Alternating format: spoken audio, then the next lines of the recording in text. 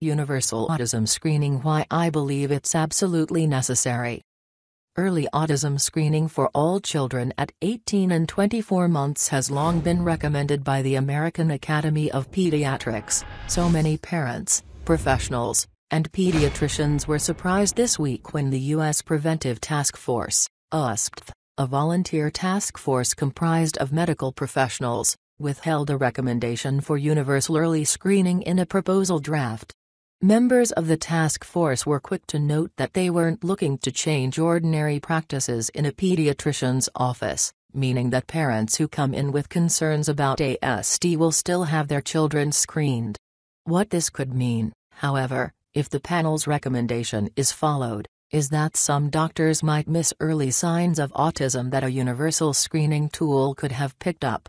The task force has called for more research, and as a mom to a 7-year-old with autism, I agree that more research needs to be done into the disorder. But, frankly, I'm baffled by the task force's recommendation.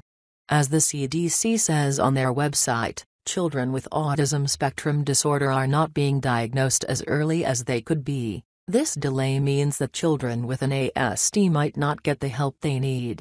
The autism screening test is simple, non-invasive, and involves doctors asking a series of questions.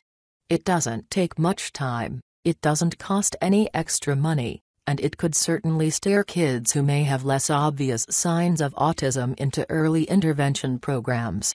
So, really, what's the harm in universal screening? The USPTF is open for comments from the public on their recommendation here, so if you feel they've made a mistake in not recommending universal screening, you can leave them a note before the forum closes at the end of the month. I'm headed there now to share my thoughts on the necessity for universal autism screening.